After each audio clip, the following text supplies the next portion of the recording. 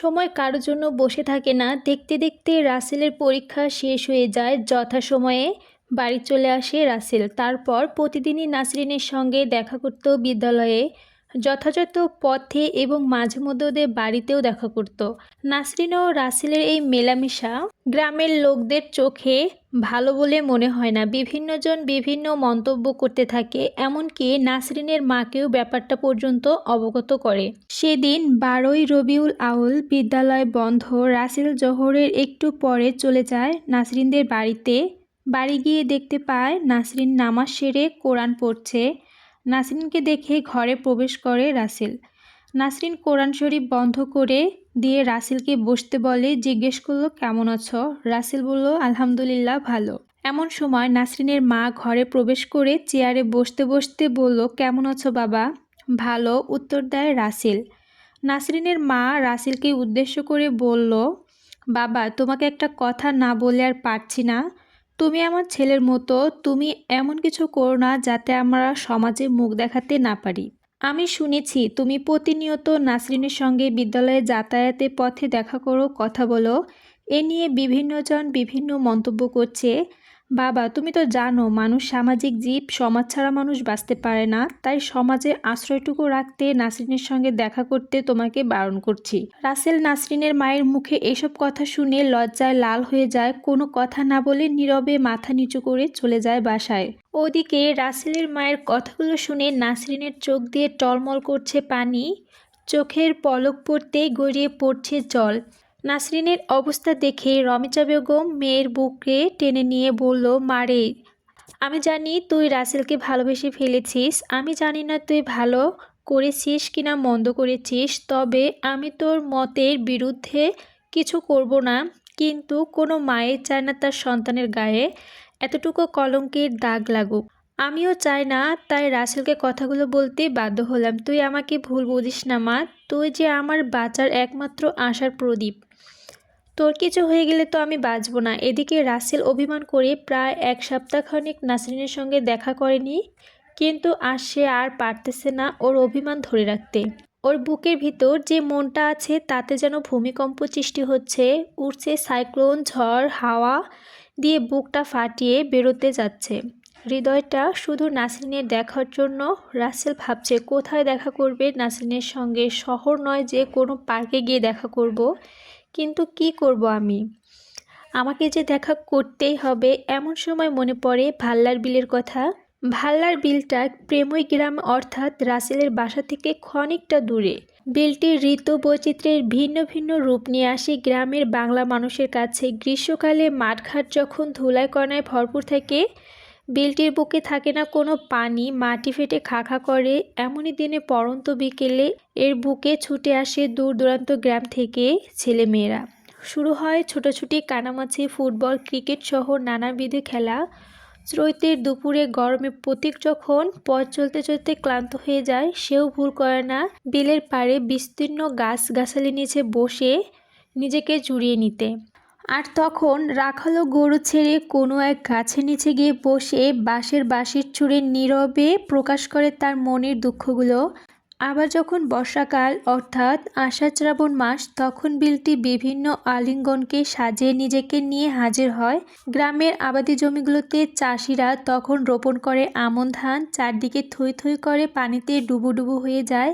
অথই পানিতে ভরপুর বিলটি দেখে মনে হয় যেন বিল নয়, ছোট্ট একটা নদী। ওর বুকে ভাসতে থাকে অসংখ্য ভেলা, আর সেই সাথে গ্রামের ছেলে মেয়েদের চলে মাছ ধরার পালা। প্রকৃতির এই অপূর্ব সৌন্দর্য দেখতে শহরের কর্মব্যস্ত লোকগুলো ছুটে পেলেই অবসর সময়গুলো কাটাতে আসে এই ভাল্লার বিলে। শহরের প্রেমিক প্রেমিকাও গাড়ি নিয়ে পাড়ি জমাতো ভাল্লার বিলে। রাসেল মনে মনে ভাবে, গুড আইডিয়া, ওখানেই দেখা করতে হবে। আগামীকাল শুক্রবার, গ্রামের সবাই ব্যস্ত থাকবে বিডিবিতে বাংলার ছবি দেখতে। এটাই উত্তম সময় ওর সঙ্গে দেখা করার। আর তৎক্ষণাৎই ভাবে ছোট্ট একটা কাগজে লিখে ফেলল, নাসরিন, আগামীকাল বিকাল 3টায় ভাল্লার বিলে আসবে, আমি তোমার জন্য অপেক্ষা করব। ইতি রাসেল। লেখে কাগজটি বাপির মাধ্যমে পাঠিয়ে দেয় নাসরিনের কাছে। অন্যদিকে নাসরিন ও রাসেলকে একটি পলক দেখার জন্য ব্যাকুল হয়ে উঠেছে, কিন্তু মায়ের শাসন আর সমাজের লোকলজ্জার ভয়ে ছুটে যেতে পারছে না রাসেলের কাছে। ঠিক এমন অবস্থাতেই সন্ধ্যার একটু আগে বাপির কাছ থেকে রাসেলের দেওয়া কাগজটি পেয়ে ছটফট করতে থাকে নাসরিন। অপেক্ষা করতে থাকে কখন নিশি ভোর হবে, কখন সময় পেরিয়ে সকাল থেকে দুপুর হবে, দুপুর গড়িয়ে কখন বিকাল হবে, কখন দেখা মিলবে আমাদের জীবনসঙ্গীর কাছে। এমনই ভাবতে ভাবতে ক্লান্তি দুরকায় মহোদয় ঘুম কখন যে ওকে গ্রাস করেছে ও বুঝতেই পারেনি। পরের দিন রাসেল জুম্মা নামাজ শেষ করে বেলা ৩টার দিকেই রওনা হয় ভাল্লার বিলে। তখনও পুরোপুরি বর্ষা নামেনি, মাঝে মাঝে কেবলা বৃষ্টি পড়ে শুরু করছে, আর সেই সুবাদে বিলে খানিকটা পানি জমেছে। রাসেল বিলের পাড়ে বসে ঢিল ছুটছে পানিতে। ৩টা বেজে গেলে নাসরিন আসছে না। রাসেলের মুখটা অন্ধকার ছেয়ে গেছে।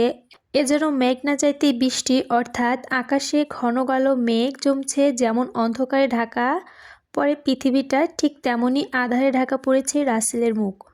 রাসেলের বুকটা ফেটে যাচ্ছে, চিৎকার করে কান্না করতে ইচ্ছা করতেছে, যেন প্রিয়াকে না দেখার বেদনায় ওর বুকটার মাঝে। এমন সময় পিছনে যেন কে চোখ ধরে রাসেলের। রাসেল নাসরিনের স্পর্শ পেতে বুঝতে পারে, সঙ্গে সঙ্গেই বলে, চোখ ছাড়ো। নাসরিন চোখ ছেড়ে রাসেলের সামনাসামনি এসে বসে। রাসেল নাসরিনকে দেখেও না দেখার ভান করে নিচের দিকে তাকিয়ে থাকে। নাসরিন বুঝতে পারে রাসেল অভিমানের কারণ, তাই অপরাধীর মতো হাত জোর করে রাসেলকে বলল, দেরি হয়েছে বলে জনাবের কাছে ক্ষমা। বলতে রাসেল নাসরিনের মুখ চেপে ধরে বলল, এই যে মিষ্টি মেয়ে, প্রিয়জনের কাছে অপরাধ করলে ক্ষমা চাইতে হয় না। রাসেল নাসরিনের আরও বলে, নাসরিন তুমি জানো না, তোমাকে না দেখলে আমি এক সেকেন্ডও কাটাতে চাই না, আর সেই তোমাকে না দেখে কাটিয়ে দিলাম 7টা দিন। এই 7 দিনে আমার যে কি মনে হয়েছে জানো? মনে হয়েছে তুমি ছাড়া আমার জীবনটা ধুধু মরুভূমি। মনে হয়েছে একাকী জীবনটা কত কঠিন, একাকিত্বের সময়গুলো কত বিশাল। আর বিশেষ করে মনে হয়েছে কি জানো? মনে হয়েছে আমি যেন আমার জীবন থেকে তোমাকে হারিয়ে ফেলেছি। রাসেলের কথাগুলো শুনে নাসরিন বলল, ভুল মনে হয়েছে তোমার, কারণ আমি তো তোমার সাথেই ছিলাম। রাসেল প্রশ্ন করল, কিভাবে তুমি আমার সাথে ছিলে? নাসরিন, কেন?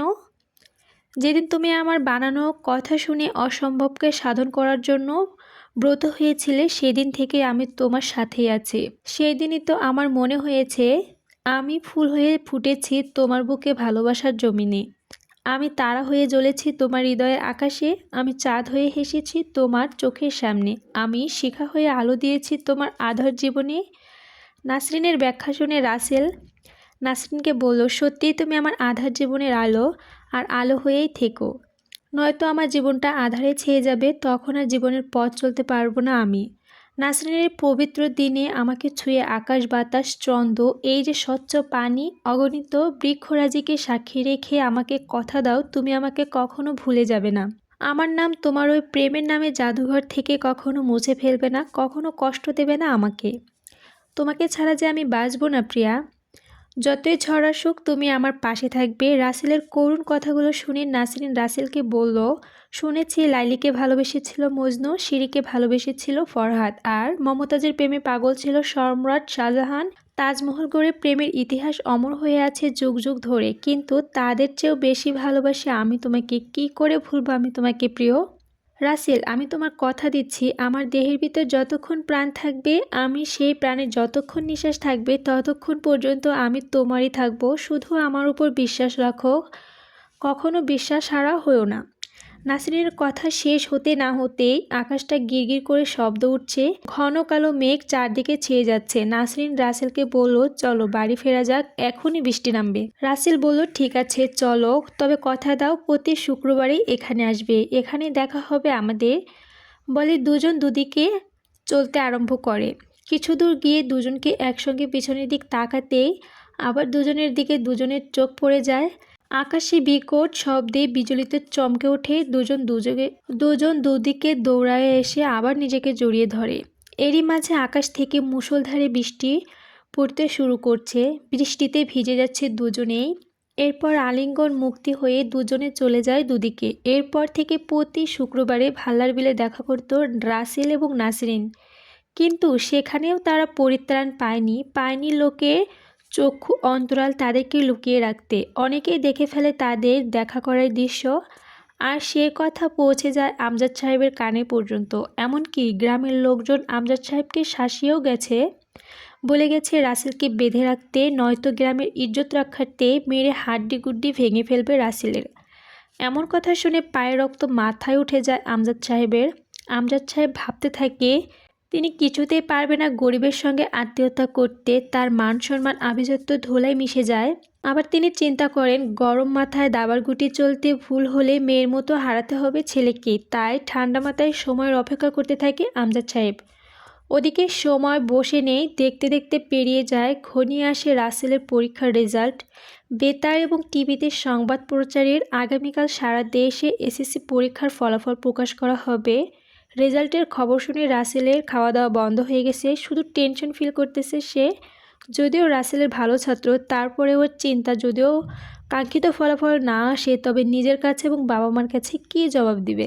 এরকম আরও বিভিন্ন চিন্তায় কেটে যাচ্ছে সারাটা রাত সকাল। সময়ের সাপেক্ষে সকাল গড়িয়ে দুপুর এবং দুপুর গড়িয়ে বিকেল আসে, তবুও রাসেলের রেজাল্ট আনতে যায় না। আমজাদ সাহেব নিজেই যান রেজাল্ট আনতে। কিছুক্ষণের মধ্যেই ফিরে এসে হাঁক ডাক দেয় রাহেলা বেগমকে। তিনি রাহেলা বেগমকে ডেকে কোর জলায় জিজ্ঞেস করে রাসেল কোথায়। রাহেলা বেগম স্বামীর এমন অবস্থা দেখে চিন্তায় পড়ে যান। তিনি ভাবতে থাকেন রাসেলের রেজাল্ট কি খারাপ হয়েছে। আমজাদ সাহেব হেসে বলে ওকে ডাক দাও, ওকে বলো ও 4 বিষয়ে লেটার সহ স্টার করেছে। রাসেলের রেজাল্টের খবর শুনে মহা ধুমধাম পড়ে যায় রাসেলের বাসাসহ সমস্ত হসপিটালে।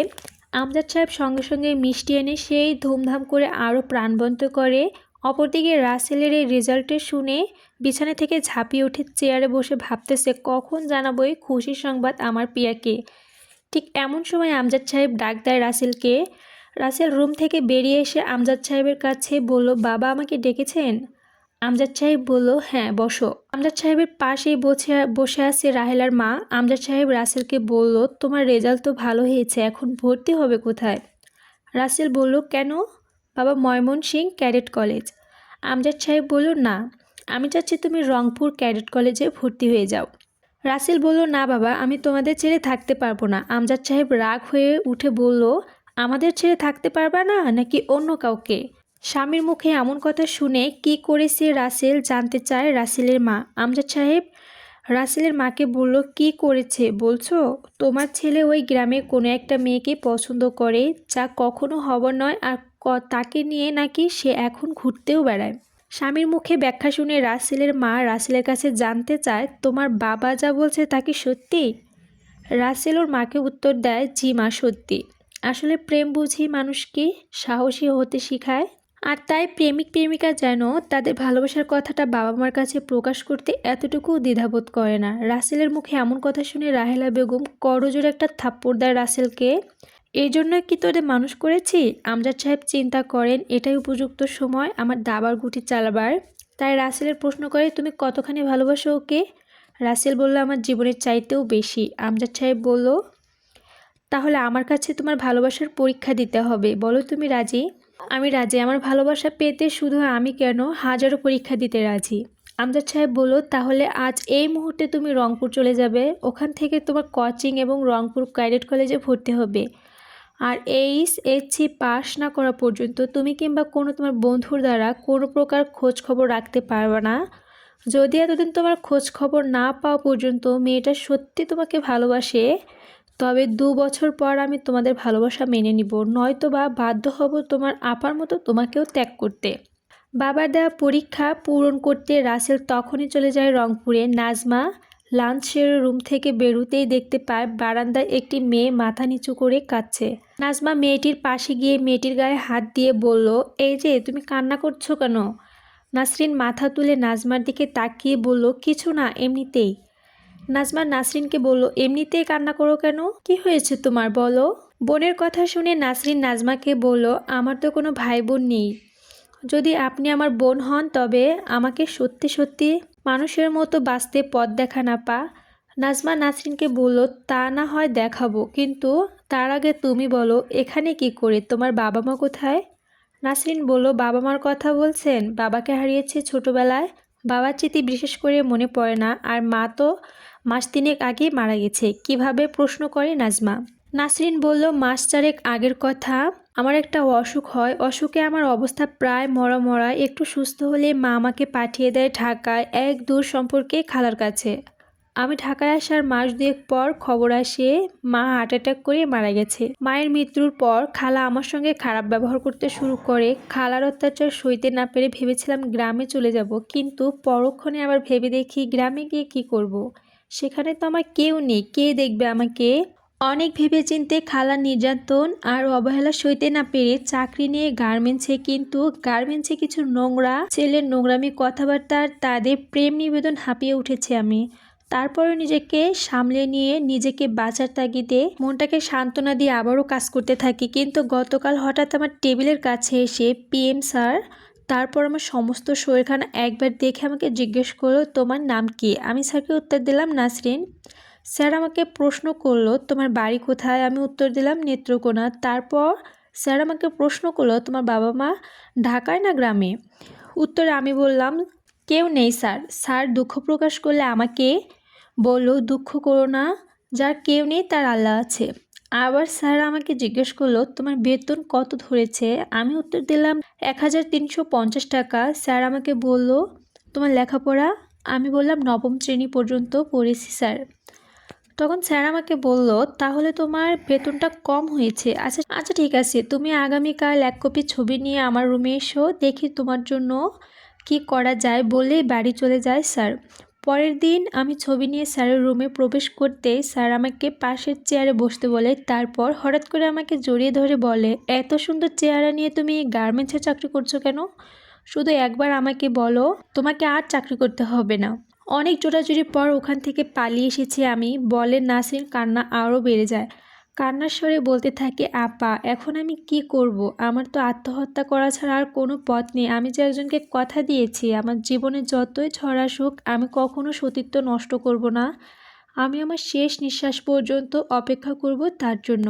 নাজমা নাসরিনকে বলল, চিন্তা করো না, ব্যবস্থা একটা হয়ে যাবে। মানুষের রিজির এক দরজা বন্ধ হলে আল্লাহ তার জন্য 10 দরজা খুলে দেয়। জানো কি নাসরিন, গার্মেন্টসে যত মেয়ে এসেছে সবাই তোমার মতোই কোনো না কোনো একটা পরিস্থিতির শিকার। জীবনের সঙ্গে যুদ্ধ করতে করতে পরাজয় হয়ে বাঁচার জন্য অবলম্বন হিসেবে খুঁজে নিয়েছি এই গার্মেন্টসকে, কিন্তু এখন এসেও পরিত্রাণ প্রায়নি।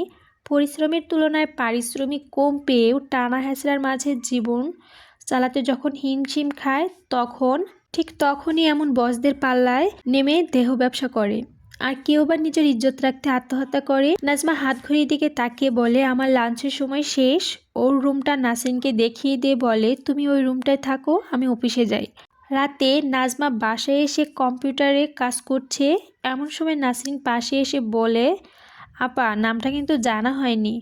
নাজমা কাজ সেরে চেয়ার ঘুরিয়ে বলল, আমার নাম নাজমা। নাসরিন বলল, রুমে আপনি একাই থাকেন? আপনার সঙ্গে আর কেউ থাকে না? নাজমা প্রথমে রসিকতা করে বলল, কেন? এই যে আমার কম্পিউটার থাকে। পরে অবশ্য বলল, কেউ থাকে না, আমি একা থাকি। নাসরিন আবারও নাজমাকে জিজ্ঞেস করলো, আচ্ছা আপা আপনি ঢাকায় এলেন কি করে? নাজমা বলল, থাক না ওসব কথা। নাসরিন বলল, কেন আপা, আমি কি শুনতে পারি না? নাজমা বলল, পারো শুনতে তাহলে।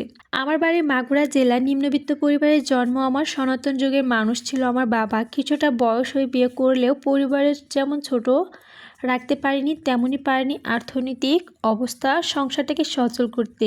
অত্যন্ত দরিদ্রের মাঝে বাস করতাম আমরা, 4 বোন 2 ভাই, বাবা মা দাদি সহ 10 জন সদস্যর পরিবার। আবাদি জমি সহ সবকিছু নিয়ে হিমশিম খেয়ে যায় বাবা। অত অভাব অনটনের মধ্যে সকলের লেখাপড়া চালিয়ে গেছেন বাবা। আমাদের প্রতি বাবা মায়ের শাসনটা ছিল কঠিন, আর যাতে আমরা ওখান থেকে ঘুরে সময় নষ্ট না করি তার জন্য ছিল কড়া নজর। আর লেখাপড়ার প্রতি বাবার চেয়ে মায়ের নজরটাই ছিল বেশি।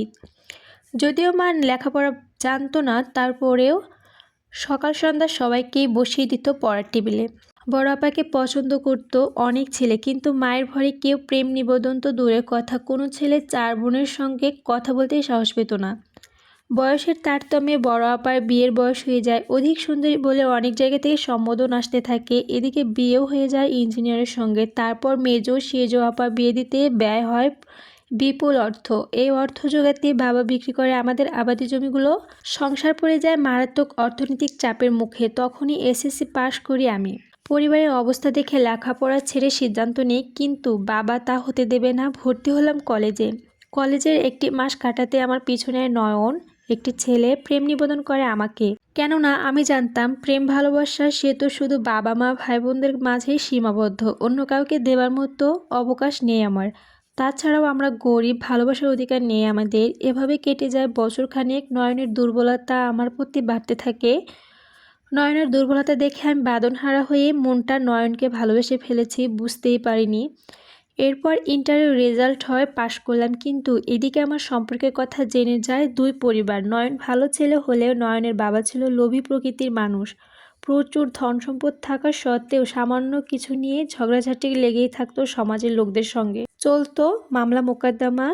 সে কারণে বাবা কিছুটা অমত থাকলে, অন্যদিকে নয়নের বাবা আমাদের সম্পর্ক মেনে নিতে রাজি হয়ে সামাজিকভাবে বিয়ের প্রস্তাব পাঠিয়ে দেয় বাবার কাছে। কিন্তু বিনিময়ে যৌতুক হিসেবে দাবি করে 50,000 টাকা।